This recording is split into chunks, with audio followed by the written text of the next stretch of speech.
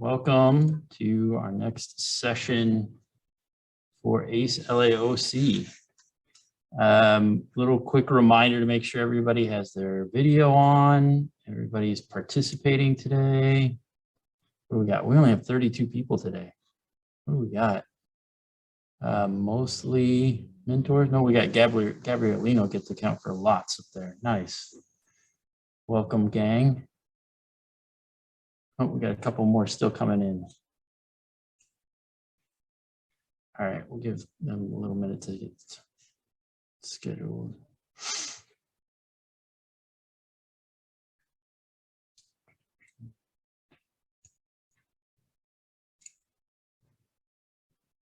All right.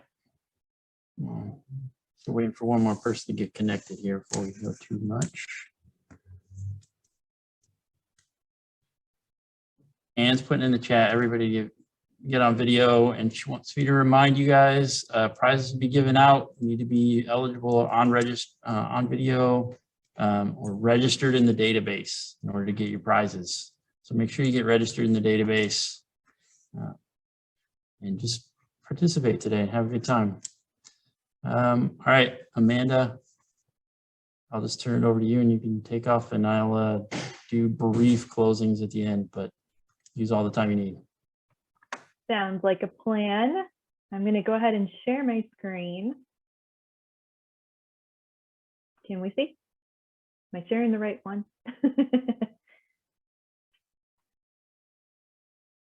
All right. So welcome, everyone. I know we have a smaller group today, but I'm excited because I think engineering is a big one for us. Everybody loves the engineering topics, and I'm excited to share more info with you.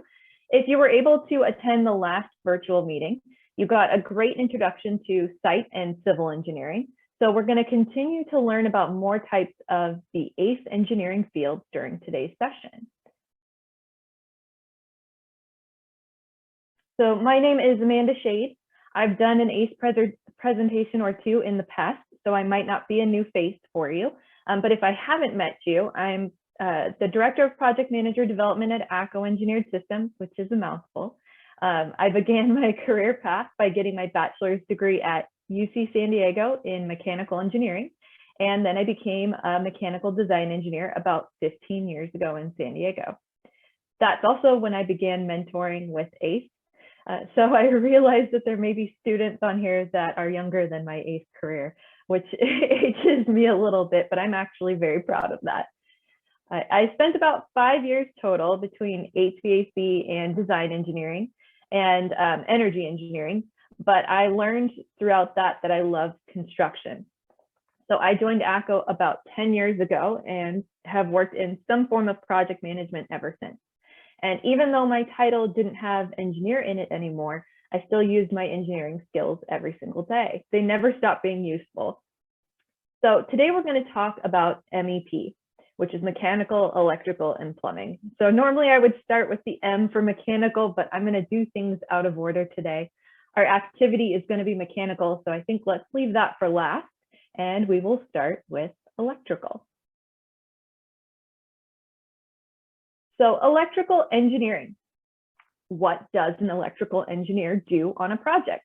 I want to do my best to show you practically the type of work that comes from all of these different engineers, what that looks like. So this is the stuff that they do every single day. So electrical engineers are responsible for all of the power in the building. And in order to be able to do that, to evaluate the electrical loads, the needs for power within the building. And that can come from things like lighting, it can come from mechanical equipment or plumbing equipment, it can come from appliances, things like computers or TVs or more. They also evaluate energy compliance because energy is very important. We talk about sustainability all the time. We can't just use however much energy we feel like. So the electrical engineer is going to evaluate the energy compliance of their design to make sure that we're within acceptable range. So with all that considered, they're going to create electrical plans and specifications. Specifications are like a written book, like a manual that goes along with the plans to give you more descriptions. And that's something the design engineer will put together for the contractors to give them more detail on what to buy or how to build something. So within those plans, they'll identify a location where we're going to tie into the power utility. They'll select appropriate voltages for the building. They'll come up with floor plans where they lay out equipment, cable trays, and other things. They'll include equipment schedules. Probably not what you think that means. Schedule is a little different on drawings, and we'll show you an example in a moment. There are installation details and single line diagrams, but it's not just the design at the beginning. It's not just the plan. The engineers, doesn't matter if it's electrical, mechanical, or plumbing, you're going to see the same section, this right here, on every single trade slide or discipline slide. They're going to be supportive throughout the construction process. So during construction, the contractor is going to turn in submittals for equipment before they purchase it. The engineer is going to review that to make sure that that's in compliance with their design. The contractor will turn in shop drawings that depicts how they're going to build something, and the engineer will review that as well. If there's questions that come up, because there always are, a contractor or someone else on the project will submit something called an RFI, which is a request for information. And the engineer may be the right person to answer that question. And then at the end, after everything's installed and we turn everything on and it's up and running, there's the commissioning phase, which means that we need to test everything to make sure that it's working per the design, not just physically installed per the design, but it actually works like we mean for it to. So let's take a look at what some of this looks like. All of the equipment that gets power will be served by an electrical panel. The image on the left is a panel schedule. So that's what I was talking about earlier.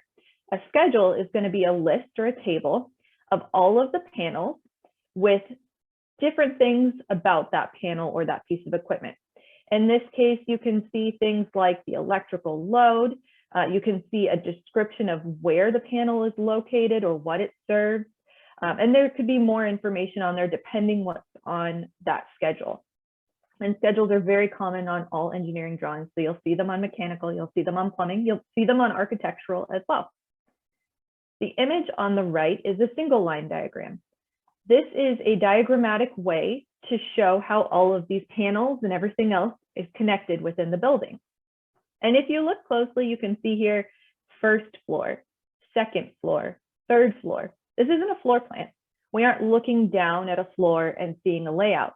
We're actually looking at the whole building or a big section of the building to see how everything ties together. So this is almost more of a vertical plan than it is a horizontal plan, like a floor plan. So here are a couple more examples of the types of drawings that an electrical engineer would do. The one on the left is a floor plan. So we looked vertical, now we're looking horizontal. This is actually the layout of the gear in an electrical room. And with all engineering, it's important to draw equipment to scale.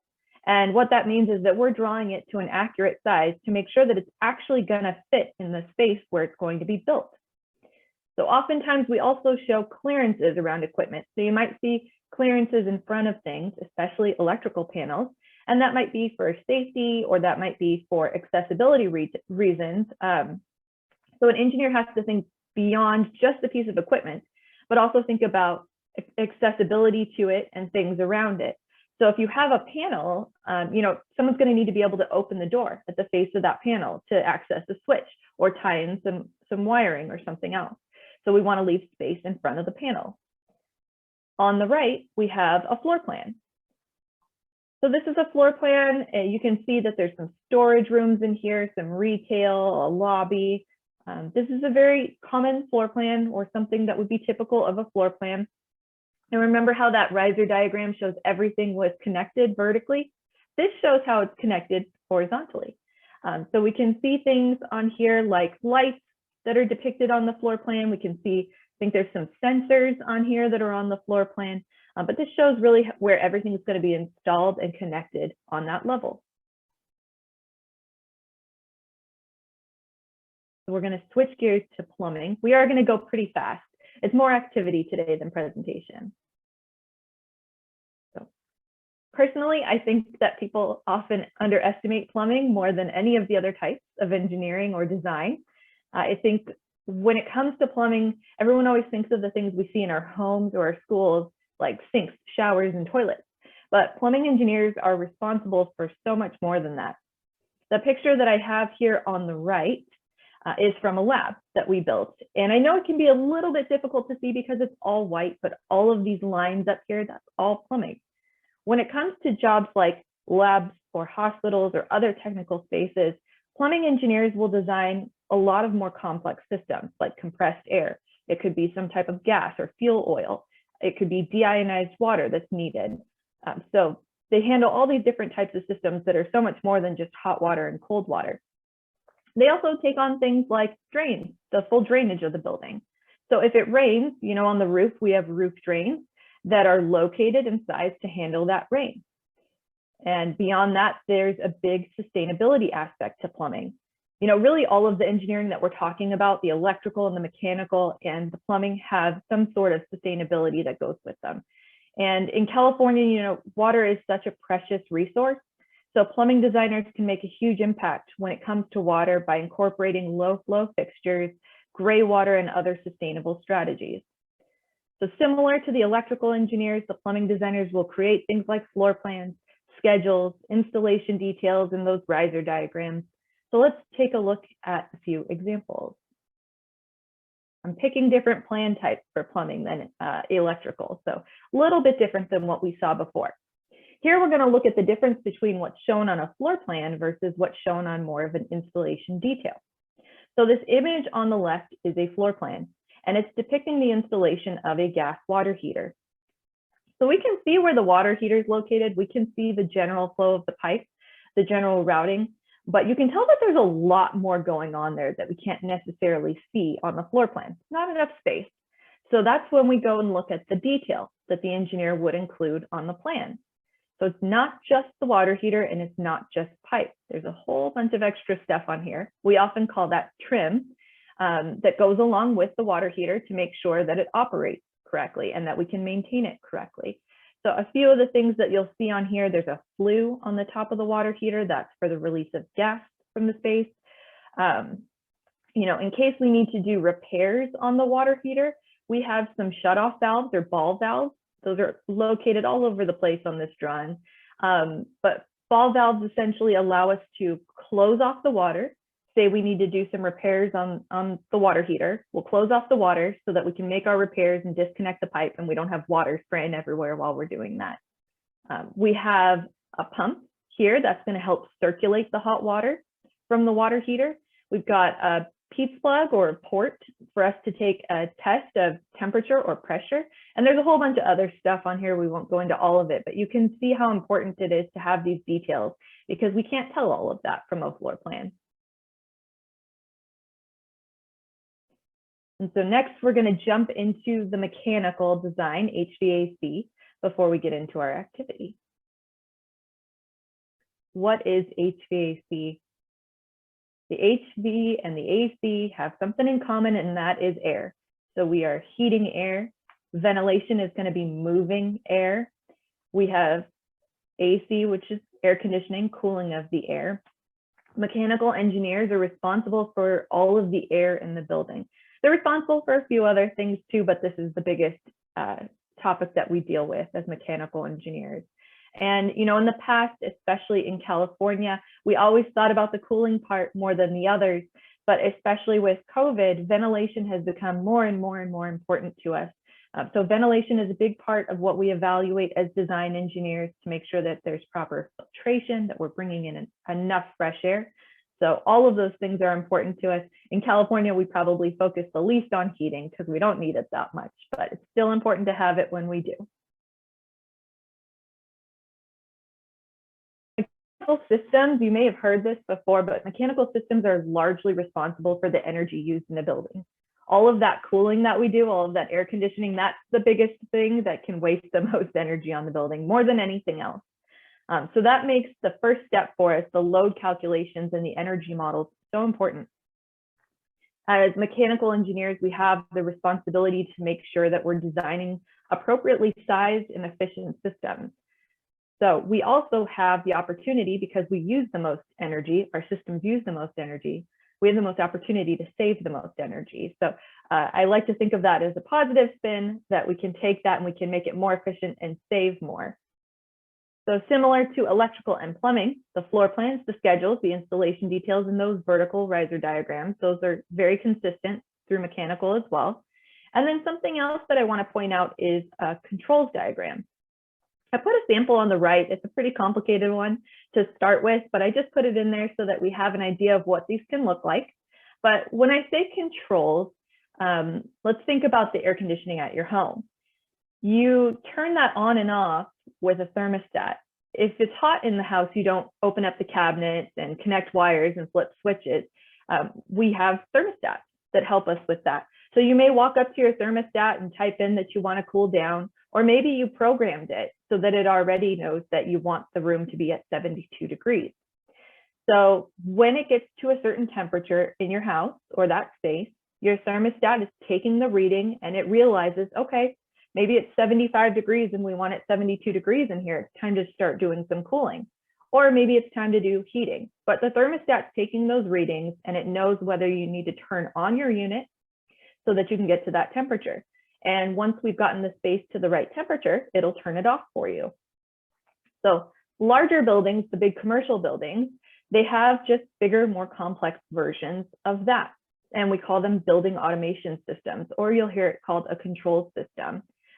So that's why those mechanical plans will have a bunch of controls drawings that show exactly what types of sensors or thermostats or dampers or things, all these different components that help the air conditioning be a little bit smarter, turn off and on with some programming. So one of the first things we do for the mechanical design is that load calculation that I mentioned. I put an example of one on the screen. We do use a software for it. In school, you learn how to do these by hand, and knowing how to do it by hand is actually really important, because if you aren't confident in understanding how to do it, you won't realize if your results make sense or not. So we all make sure that we understand how to do these by hand first, and that's in our heat transfer classes in school. But in the real world, we use software for them most of the time. We do simple, quick ones by hand, but if we're doing a big building, we'll use some software. And the output's going to look like something like the one I have on the screen. So we evaluate all of the loads and determine how much cooling or heating load there is in the space. This is how we figure out how much air we need. These calculations are really helping us size the system. And when I say load, there are three main sources that we consider. And the first one is building envelope load. That's how much heat transfer we're going to have from the outdoors through things like walls or windows or the roof. We have internal loads. That could be heat that's generated by lights or other appliances, a TV. But it can also be people. People give off heat. So that's a different kind of internal load. And then the third one is that ventilation load. We're bringing in the fresh air. If it's hot outside, that fresh air that we're bringing in is very warm. So we're going to have to do some extra cooling to make up for that. So those are our three: building envelope, internal loads, and ventilation loads. And once we know how much air is needed in the space, we can start with our floor plans. We can start laying out that ductwork. And so I've got an example of a mechanical floor plan on the screen. So based on our load calc, we would have identified that this diffuser, which is one of those things up in the ceiling that the air comes out of, we call it a supply air diffuser. This diffuser is going to have 360 CFM. CFM means cubic feet per minute, and that's the unit of measurement that we use to identify the volume of airflow. So water, you've probably heard gallons per minute before. Airflow, we use CFM. So a design engineer, knowing how much air we need, could then use their handy ductilator. So this is a tool that we all rely on. Oh, I guess it's kind of hard to see with my background, but it's a great tool that a lot of engineers keep with them at all times to size your duct using a certain performance criteria. So in the case on the screen, we've got 10-inch duct to account for this amount of air. And that little symbol next to the 10 inches means diameter, so we know that it's a round duct. And that equipment that's shown on the floor plan is a VAV box, or a variable air volume, that's the VAV, terminal unit. So we'll look at the image on the right. This is a VAV box. This is a diagram of one. So on the floor plan, the air is coming into the box from here, from a main piece of ductwork, and the air comes into the VAV box. So that's where we're starting at here. All right, so we're tied to the main ductwork. The thermostat decides that this zone that is, which is an area, the area that is served by this VAV box needs some air. So cool air enters the VAV box. The name is going to be pretty literal. We do that a lot in our industry. So variable air volume means sometimes we use more, sometimes we use less air, depending on what's needed. So we can accomplish that by using a damper. So the damper will open to let more air through, will close a little bit to let less air through. So the next thing we're going to hit is that damper. And then if we need heating, so say it's cool in here and the thermostat realizes it, and it says we need to heat up the space, the thermostat, through the building automation system, will open up this control valve so that hot water can flow through the coil, and that hot water coil can be used to heat the air that's flowing over it. So that's how that kind of all ties together. And this is going to be a big part of our activity today. So for our activity, I think we're up for the challenge to do some real design engineering. So we have 5 volunteers on here. They all work with me at ACCO, and they all have some mechanical engineering experience. So one of them will be in each of your breakout rooms. So any of our volunteers, your breakout room is going to be listed right there. And within your breakout room, each team will be given a Jamboard. We've used those in the past. And on that, you'll have a floor plan with one of those VAVs that we just learned about. You're going to work with your engineering team leader and your mentors to determine where to lay out the air. You're going to size the ductwork. You're going to size the piping to that heating coil, and you're going to locate the thermostat. So at 5:15, we'll come back into the main room. I'm going to ask each team have 1 volunteer student, so don't be shy. Make sure you ask your questions in the room and get confident, but each team, let's decide on a volunteer to come back in after the breakout rooms at 5:15. And I'm going to ask you each a question about how you got to your answers so that we can share with the group. So if we want to take a moment, if there are any questions, I don't think I see any in the chat. If anyone has any questions about anything that we just looked at? If not, I think, Anne, we are ready to go to our breakout rooms.